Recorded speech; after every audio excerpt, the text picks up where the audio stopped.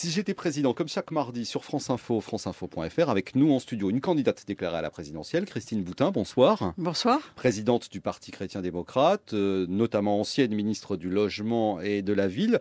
Alors Christine Boutin, si vous étiez élue le 6 mai, quelles seraient votre ou vos grandes priorités en entrant à l'Élysée ? Ma première priorité, ce serait d'affirmer et de me faire mettre dans la Constitution que le mariage est constitué d'un homme et d'une femme. C'est la première mesure. Première mesure. Voilà. Parce que ça vous semble aujourd'hui, il y a une menace selon vous sur le mariage ? Je pense que l'altérité en tant que fondement de la société est effectivement fragilisée et qu'il convient de le réaffirmer. Donc je propose de l'inscrire dans la Constitution. Alors vous évoquez beaucoup dans votre programme la défense de la famille. Concrètement, quelle autre mesure prendriez-vous dans ce domaine ? Alors, cette première mesure est une mesure naturellement d'ordre symbolique et fondamentale, importante.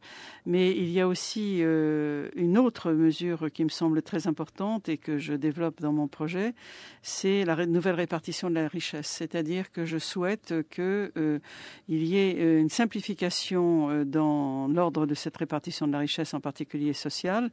Et donc, je propose la création d'un revenu de base qui assure à chacun de ne jamais tomber dans l'extrême précarité. Précisément, ce revenu de base, de quoi s'agit-il exactement ? Ça remplacerait le RSA ? Écoutez, le revenu de base, c'est un revenu qui est accordé à tout Français de la naissance à la mort, d'un montant de 200 € jusqu'à 18 ans et de 400 € de 18 ans à la mort.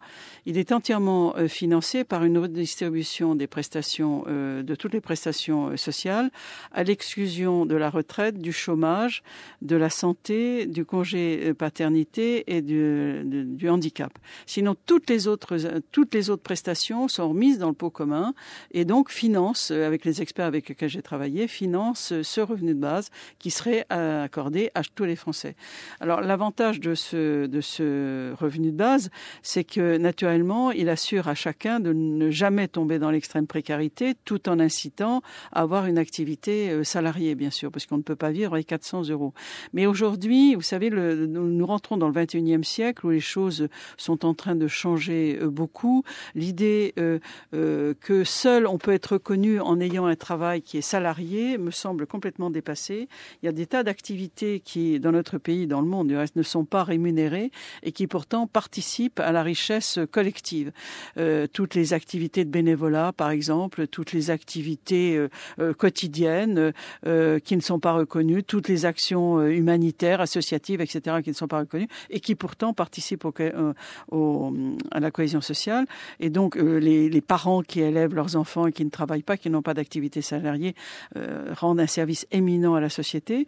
Et il me semble que tout ça mérite d'être reconnu par des espèces sonnantes et trébuchantes. Donc, ce sont les euros auxquels je faisais allusion.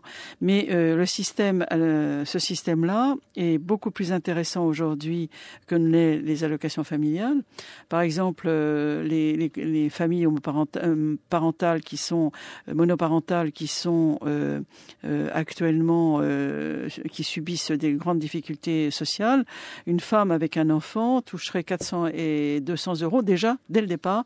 Elle aurait 600 € sans aucune condition, ni de ressources, ni d'âge, et sans limitation, alors qu'aujourd'hui elle a des allocations qui sont beaucoup plus limitées. Un couple qui est ensemble aurait 800 € avec un enfant, déjà 1 000 € assurés pour la famille.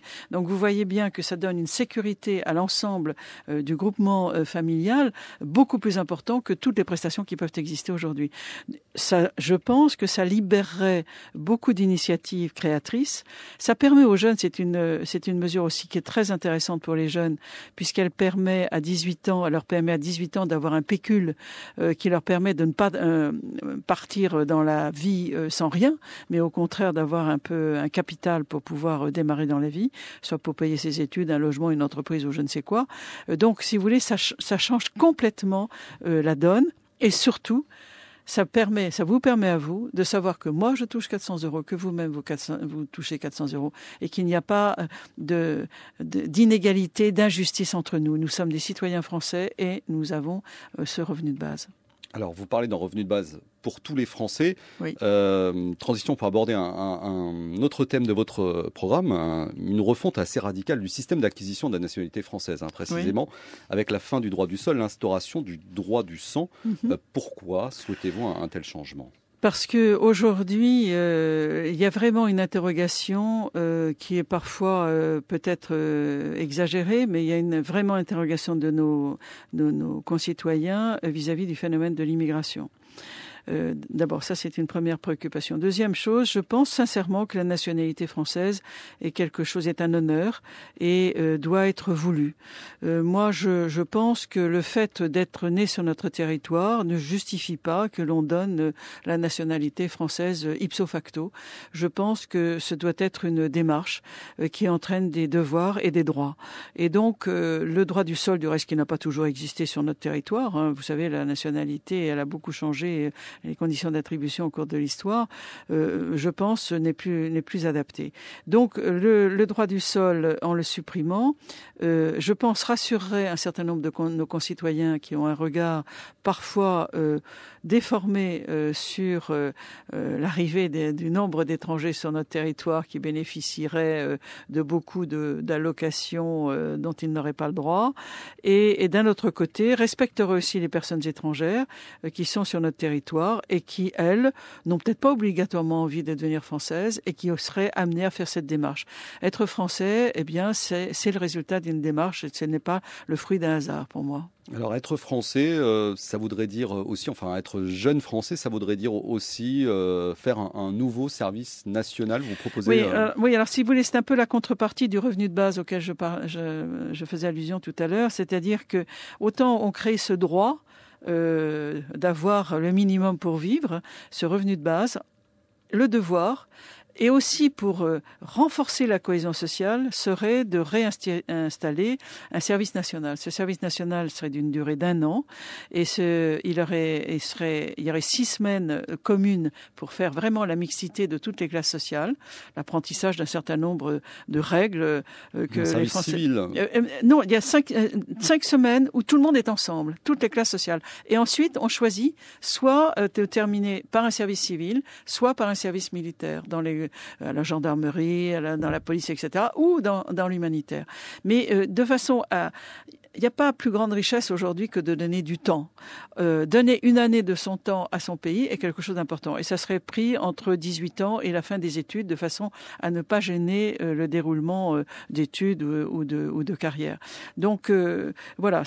Et alors ce service national est financé, bien sûr. Ça coûte 7 milliards par tranche d'âge et que je ponctionne sur des subventions qui sont actuellement utilisées ou fort mal utilisées ou très peu utilisées par des entreprises, des grosses entreprises. Il y a des subventions qui ne sont pas distribuées parce que les petites entreprises n'utilisent pas parce que c'est trop compliqué. Ça représente un pactole d'à peu près 55 milliards et donc je prends 7 milliards pour financer le service national sur ces 55 milliards.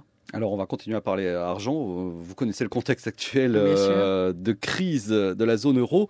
Et vous, si j'ai bien lu votre programme, vous vous prononceriez pour la création d'un euro-franc, donc une forme de deuxième monnaie. Ça consiste en quoi exactement ? Alors, c'est une idée... D'abord, premièrement, je ne veux pas qu'il y ait de confusion, parce que parfois, il y en a sur cette affaire. Moi, je suis profondément européenne et je crois dans l'euro et il faut sauver l'euro. Cela dit, on a aussi une course contre le temps qui est aujourd'hui la nécessité d'avoir un pouvoir d'achat accru sur notre territoire. L'idée de cet euro-franc, c'est l'application à l'échelon national d'une monnaie complémentaire.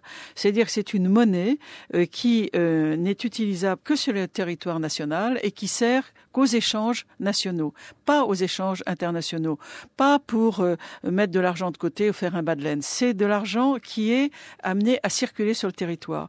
Or, pour tous ceux qui connaissent un petit peu le développement économique, la chose économique et financière, on sait très bien que c'est l'accélération de la vitesse de rotation des échanges monétaires qui crée la dynamique économique et le pouvoir d'achat. Donc, la création de cet euro-franc qui serait sous la direction du pouvoir politique gouvernemental français permettrait aux Français, c'est la création de monnaie, mais la monnaie pure nationale, et cette monnaie permettrait d'augmenter le pouvoir d'achat des Français. Il y aurait 1 euro international serait 1 euro franc. 1 euro franc vaut 1 euro international. Mais on ne peut pas, par exemple, aller passer ses vacances à Venise et les payer en euros francs. On ne peut les payer qu'en euros international. Par contre, tout ce qui s'achète en France peut être utilisé payé par l'euro franc. Mais vous espéreriez pouvoir convaincre les partenaires européens de la France qui ne seraient pas forcément... C'est pas leur problème. Honnêtement, c'est pas leur problème. Rien n'empêche à d'autres pays de le faire, du reste sur leur propre territoire. C'est un problème purement français. Nous sommes à 27. Chacun des pays décide ce qu'il veut. Mais il est tout à fait possible pour un pays. Et moi, je pense que le politique doit reprendre la main par rapport aux financiers. Et c'est aux politiques de le décider. Tous les économistes avec lesquels j'en ai parlé sont favorables à cette idée. Et j'ai bien l'intention de développer ce concept pendant la campagne. Parce que on cherche du pouvoir d'achat. On nous met des taxes supplémentaires. Mais en réalité, si on crée, par exemple, l'équivalent de la monnaie nécessaire pour financer le revenu de base auquel je faisais allusion tout à l'heure, vous rendez compte du pouvoir d'achat qui serait augmenté dans notre pays. Mais ça serait énorme. On se creuse la tête alors qu'on a la réponse qui est là. Alors vous évoquiez de nouvelles taxes, difficile de ne pas évoquer la hausse annoncée de la TVA d'1,6 point à 21,2%, hausse annoncée pour le mois d'octobre. Certains autres candidats à la présidentielle disent que s'ils sont élus, ils ne l'appliqueront pas. Vous, quelle serait votre position là-dessus ? Écoutez, moi, si j'étais président de la République, je mettrais en place l'euro franc, donc j'aurais peut-être pas besoin de cette taxe-là en particulier. Je pense que la taxe telle qu'elle a été proposée par le président de la République a tout de même le côté positif du fait qu'elle n'est pas applicable sur les produits de première consommation. Parce que ce qui est inquiétant, là où j'étais très en retrait par rapport à la TVA qu'on appelait sociale, c'est qu'en réalité, cette TVA sociale, si elle avait été appliquée sur tous les produits, naturellement pénalisait les plus fragiles d'entre nous, notamment sur les produits de consommation, parce que eux, ils n'ont pas le luxe de pouvoir faire des économies. À partir du moment où cette taxe n'est pas applicable sur les produits de première nécessité, je pense que l'effet pervers est quand même limité. Alors maintenant, est-ce qu'il n'y aura pas d'augmentation des prix ? Le président de la République, c'est ce qu'il a affirmé. J'espère le croire parce que je suis une femme optimiste et je mise sur la responsabilité des chefs d'entreprise, mais c'est à voir. Merci Christine Boutin, invitée cette semaine de Si j'étais président. Interview à réécouter en intégralité et à podcaster sur notre